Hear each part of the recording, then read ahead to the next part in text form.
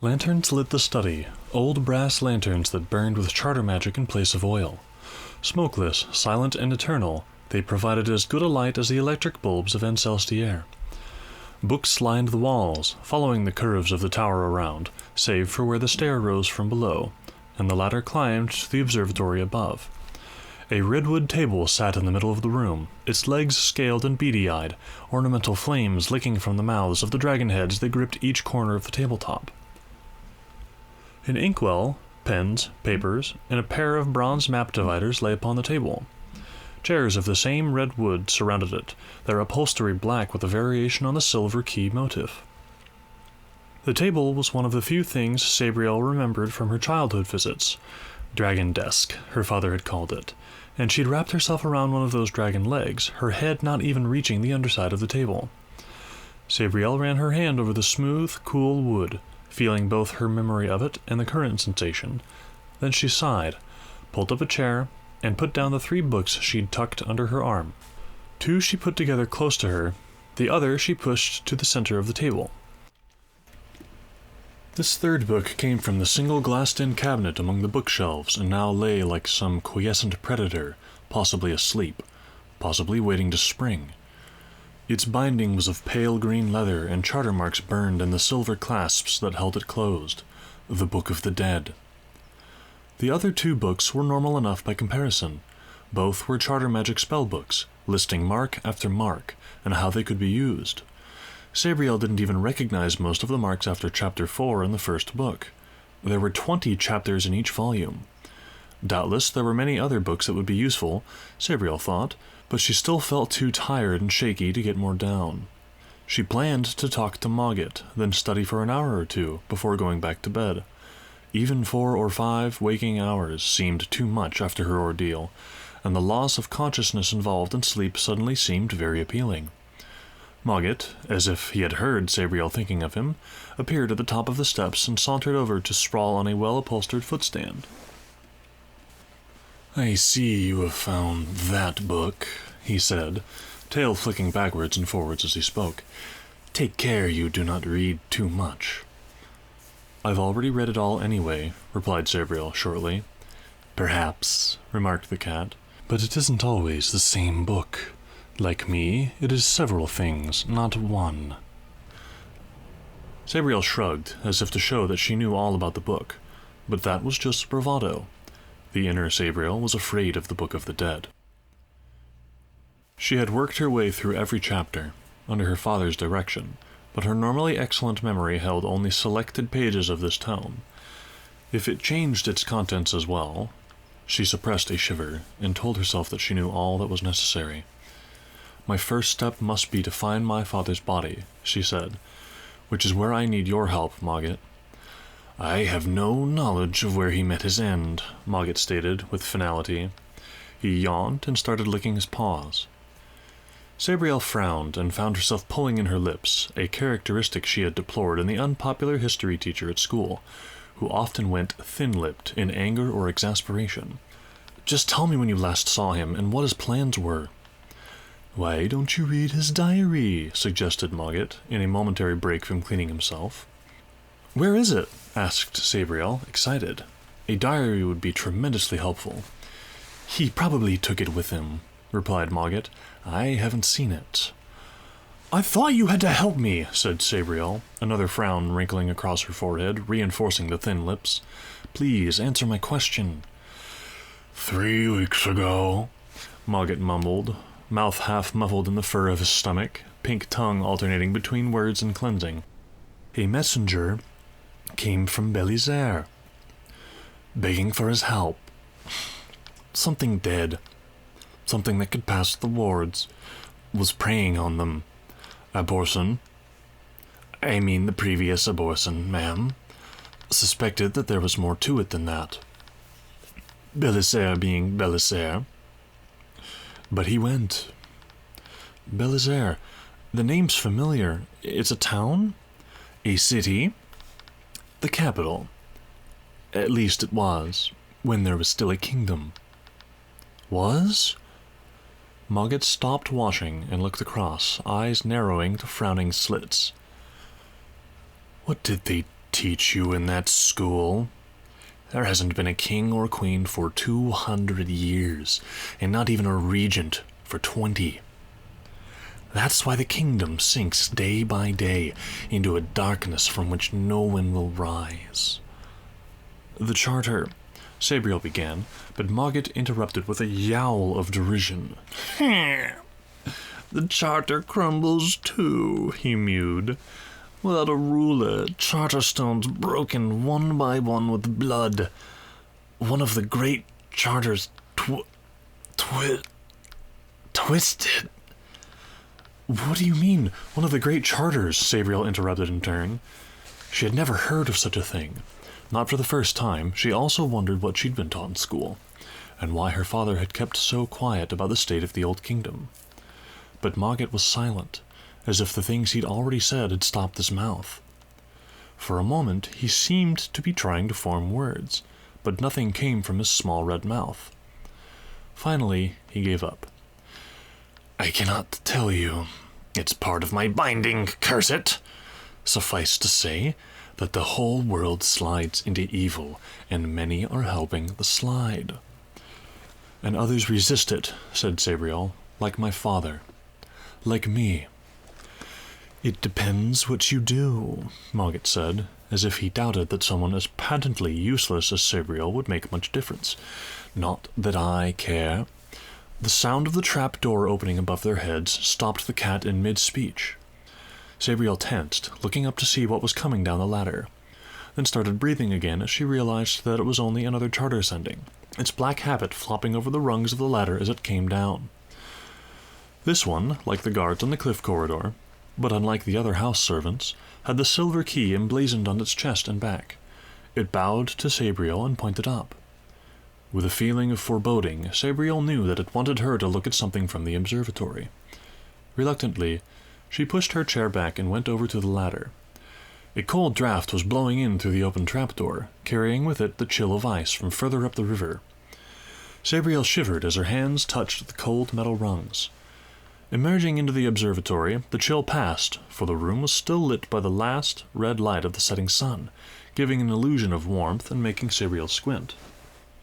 She had no memory of this room, so it was with delight that she saw that it was totally walled-in glass, or something like it. The bare beams of the red-tiled roof rested on transparent walls, so cleverly mortised together that the roof was like a work of art, complete with a slight draft that reduced its perfection to a more human level. A large telescope of gleaming glass and bronze dominated the observatory, standing triumphant on a tripod of dark wood and darker iron. A tall observer's stool stood next to it, and a lectern, a star chart still spilled across it. A thick, toe-wriggle-inviting carpet lay under all, a carpet that was also a map of the heavens, showing many different colorful constellations and whirling planets, woven in thick, richly dyed wool. The sending, who had followed Sabriel, went to the south wall and pointed out towards the southern riverbank, its pallid, charter-drawn hand indicating the very spot where Sabriel had emerged after her underground flight from the Mordicant. Sabriel looked there, shielding her right eye from the west-falling sun. Her gaze crossed the white tops of the river and was drawn to the ledge, despite an inner quailing about what she would see. As she feared, the Mordicant was still there. But with what she had come to think of as her death site, Sabriel sensed it was quiescent, temporarily just an unpleasant statue, a foreground to other, more active shapes that bustled about in some activity behind. Sabriel stared a little longer, then went to the telescope, narrowly avoiding Mogget, who had somehow appeared underfoot. Sabriel wondered how he had got up the ladder, then dismissed the thought as she concentrated on what was happening outside. Unaided, she hadn't been certain what the shapes around the Mordicant were, but they sprang sharply at her through the telescope. Drawn so close she felt she could somehow lean forward and snatch them away. They were men and women, living, breathing people.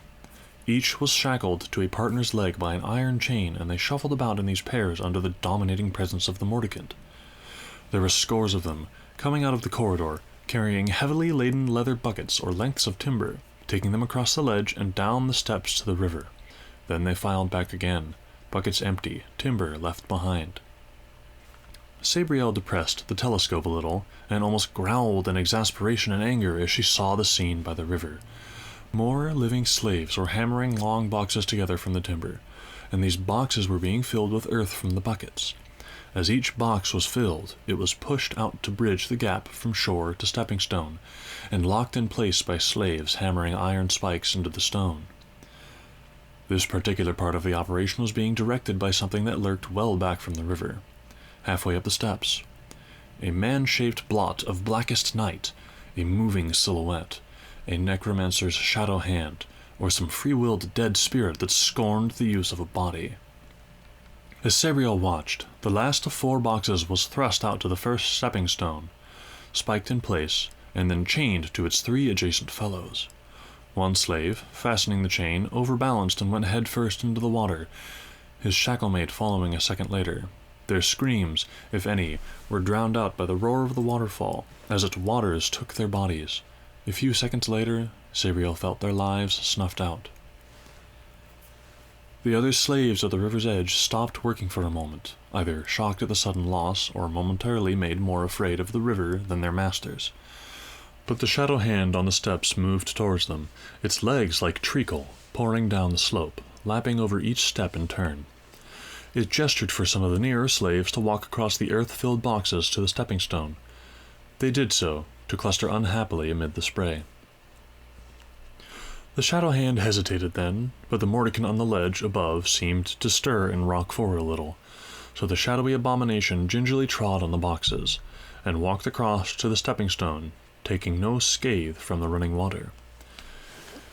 "Grave dirt," commented Mogget, who obviously didn't need the telescope, "carted up by the villagers from Keir and Rollstown. I wonder if they've got enough to cross all the stones." "Grave dirt," commented Sabriel bleakly, watching a fresh round of slaves arriving with buckets and more timber. "I had forgotten it could negate the running water. I thought I would be safe here, for a time." "Well, you are," said Mogget. "It'll take at least until tomorrow evening before their bridge is complete, particularly allowing for a couple of hours off around noon, when the dead will have to hide if it isn't overcast. But this shows planning. That means a leader. Still, every abortion has enemies.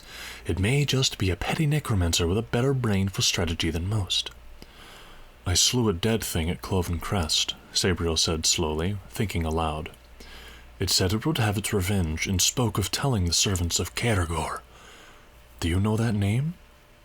"I know it," spat Mogget, tail quivering straight out behind him, "but I cannot speak of it, except to say it is one of the greater dead, and your father's most terrible enemy.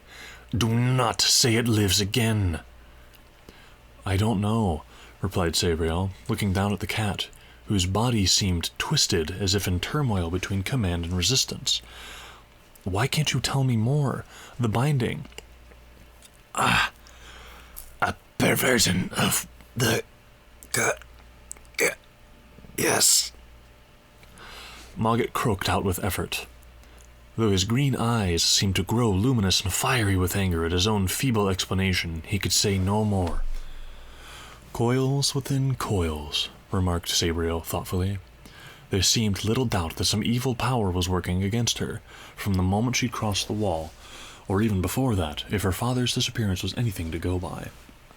She looked back through the telescope again, and took some heart in the slowing of the work as the last light faded, though at the same time she felt a pang of sympathy for the poor people the dead had enslaved.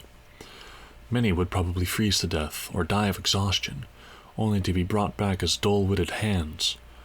Only those who went over the waterfall would escape that fate. Truly, the Old Kingdom was a terrible place, when even death did not mean an end to slavery and despair.